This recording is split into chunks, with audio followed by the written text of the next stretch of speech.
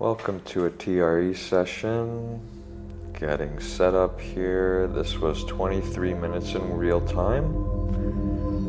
And starting on the back and doing the whole session on the back today. Had a bit of a hard time at some points during this staying in it. It's hard to describe, but I think everyone knows what it's like to be challenged in different ways in really releasing one's consciousness into the body. So I just had my own version of that. I'm noticing here that my legs are not my legs are not as far out as I'd like them to be. They were close in. On that point, I'd recommend about 90-degree bend in the knee. So actually, yes, my knees are bent a little bit more. So in other words, less than 90 degrees. It's probably like 60 to 75 degrees there. Not ideal for the tremors. But you can also experiment with this sort of thing. Just like you can also experiment with the feet width. That's a really good one to experiment with. Narrow or wide. Doing both. One knee bent, one knee straight. Here I'm seeing my chin coming down, having some tremors in probably the upper traps here. And also the erector spinae muscles in the mid that line the spine, probably in the middle of my back, are wanting to arch rapidly here. Quite a lot of this. And yeah, I have a lot of tremoring in my upper body in this sort of arching the back motion. So that triggered a big, huge yawn there. Big release there. That's good. Each yawn we have, in my experience, really blows some tension through, like releasing some steam from the system.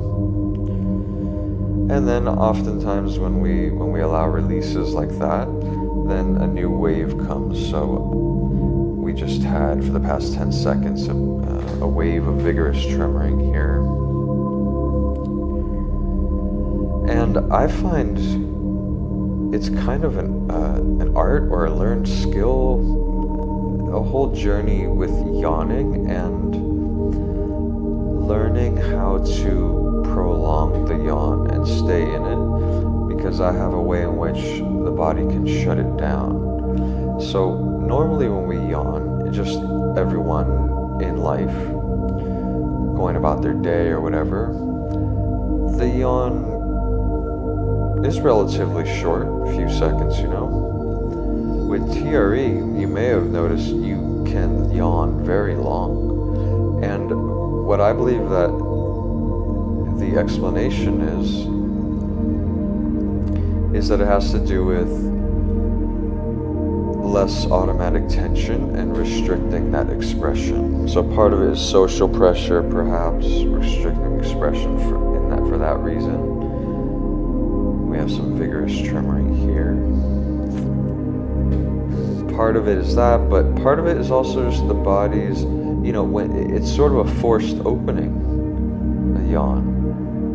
And our head muscles often tense very tight. The body sort of wants it to be over soon. That's what I find. So if we can relax the head muscles, relax the resistance to it, then in TRE, we can have yawns that are much longer. So it's not a different type of yawn. It's just that we're not tensing it. And most yawns would be longer in life if we didn't have that tension. When we're normally going about our day, we're not in a down-regulated sort of session, time bracket, safe place where we're going to do our TRE. When we're out in the world, we have much more unconscious tension. It's pretty incredible to begin to develop an awareness of this, of how unconsciously tense we are in our daily lives. So here, opening the eyes, they were closed for this whole time.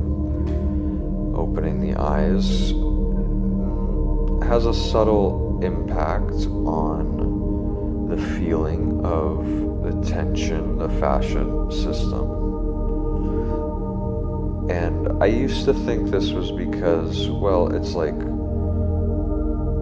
a different muscular position for the eye muscles, so it's going to affect the other muscles that are interconnected in the muscular fascial system.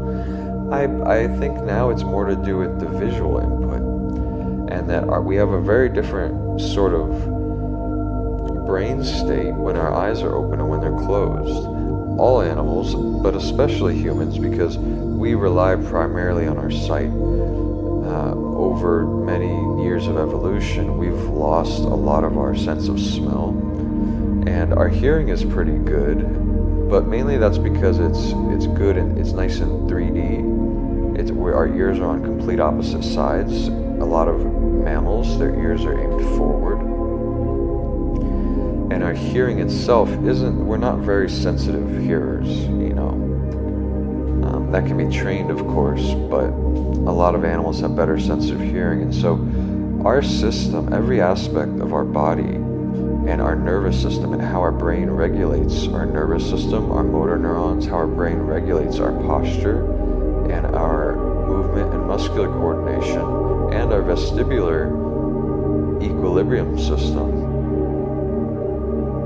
all of that is primarily regulated by the eyes and the inner ear.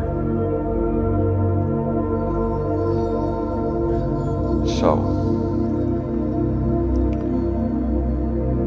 having the eyes open activates a lot of aspects of the system that are not activated in the same way when the eyes are closed.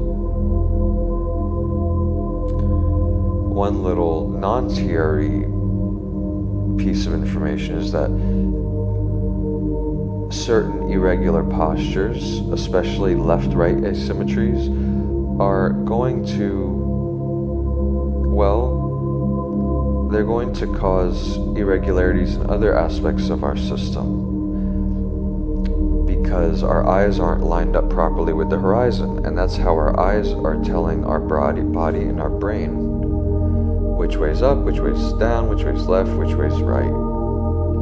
And so when our eyes are wonky or our posture's wonky, it affects where our brain thinks we are in space, which affects other aspects of our body and our posture system. And here I turn off the camera and integrate some more. Thanks for watching and wishing you all really well in your practice.